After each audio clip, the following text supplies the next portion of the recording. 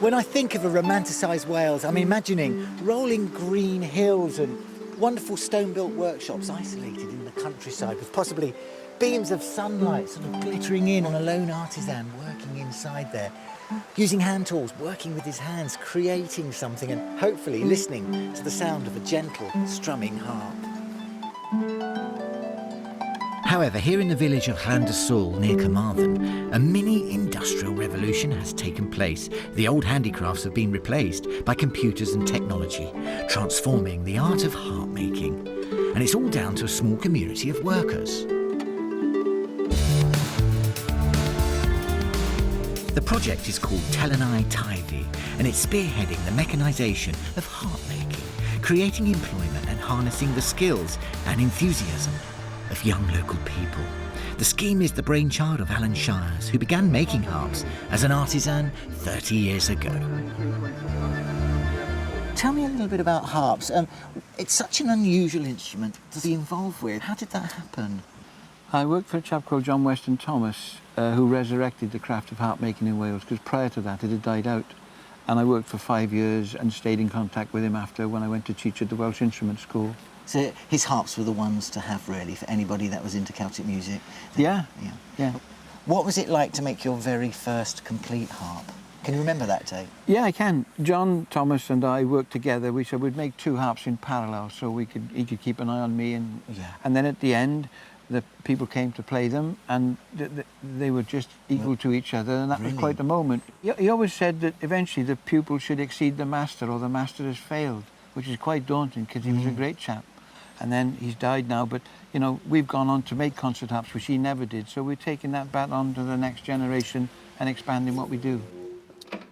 What's the difference between a concert harp and one of the standard harps? If you thought of, say, a mode of transport as being a bicycle and a motor car, they're both very and appropriate for different needs, but the complexity of parts is about 2,000 moving parts in a concert harp, with far less in a folk harp or a Celtic harp. How long would it take you to normally build a Celtic harp? By hand, it would be about 6 or 8 weeks, and then a concert harp about a year. I remember thinking, crumbs, I've spent however many weeks making that harp and somebody's actually paid for it. And that must be a nice feeling. Well, when they play it, when the harp sings for the first time, it's quite a special moment, really.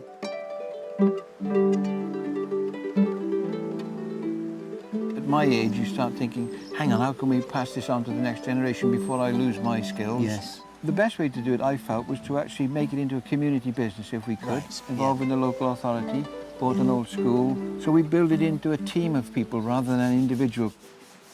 The question was how you did it, how you actually changed from a craft into a community business, a one-man band, to 7 or 8 people, and then the way that you communicated those skills, using appropriate technology to take away the drudgery, because that freed you up to do the creative stuff. That's the bottom line, really. Does it free you up to be creative? I think that's the best way. The youngsters come in have been brought up with computers, and they'll be using skills I don't have. And that's great, because it's a cross-fertilisation. I need them and they need me, and that makes the team more balanced, really. Do you think there might be a danger that all the old ways might be replaced? I don't think so. I think the quality of the wood and the soundboard and the acoustics, all those things are still very human. And even though we've done something on the machine, it still has to be hand-finished and toleranced and fitted. So all the machines do is break the donkey work down.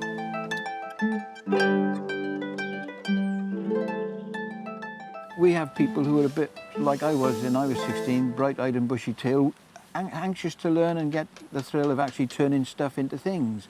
And then when it's played, what a reward. Yes. And I think that's human nature. That doesn't change with age. I still get the same buzz. But for me, it's nice to see one of the lads who's done something sit back and hit, and I think I know exactly what's going through his mind, and that's very creative. If a 16 or 20-year-old can do that, there's a chance it'll survive.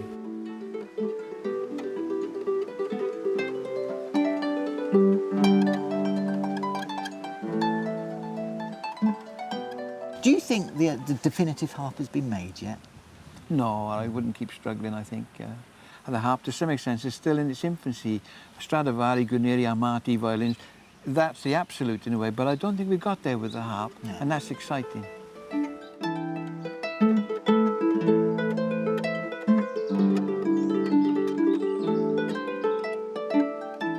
The work of Alan Shires and the Teifi community is certainly ongoing. Not only are they embracing new technology to improve the instrument, but they're also closely working with Cardiff University to improve the instrument's sound. So you can definitely say the future of this stunning instrument is in safe hands.